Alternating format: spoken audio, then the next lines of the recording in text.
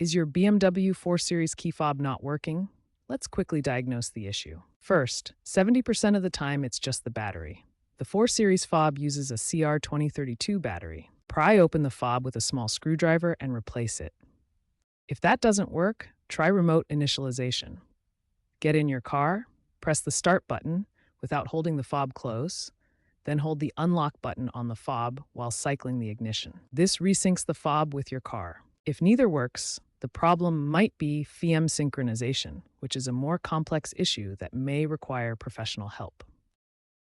If battery replacement and remote initialization fail, your front electronic module, FEM, might be out of sync, often due to software glitches or power surges.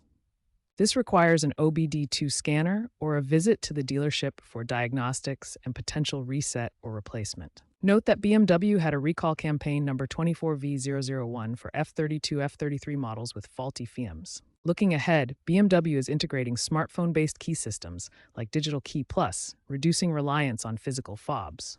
However, these systems can have Bluetooth connectivity issues, so keeping your BMW Connected Drive app updated is crucial. Always check for OTA updates. If you have a newer 4 Series, this may be your resolution.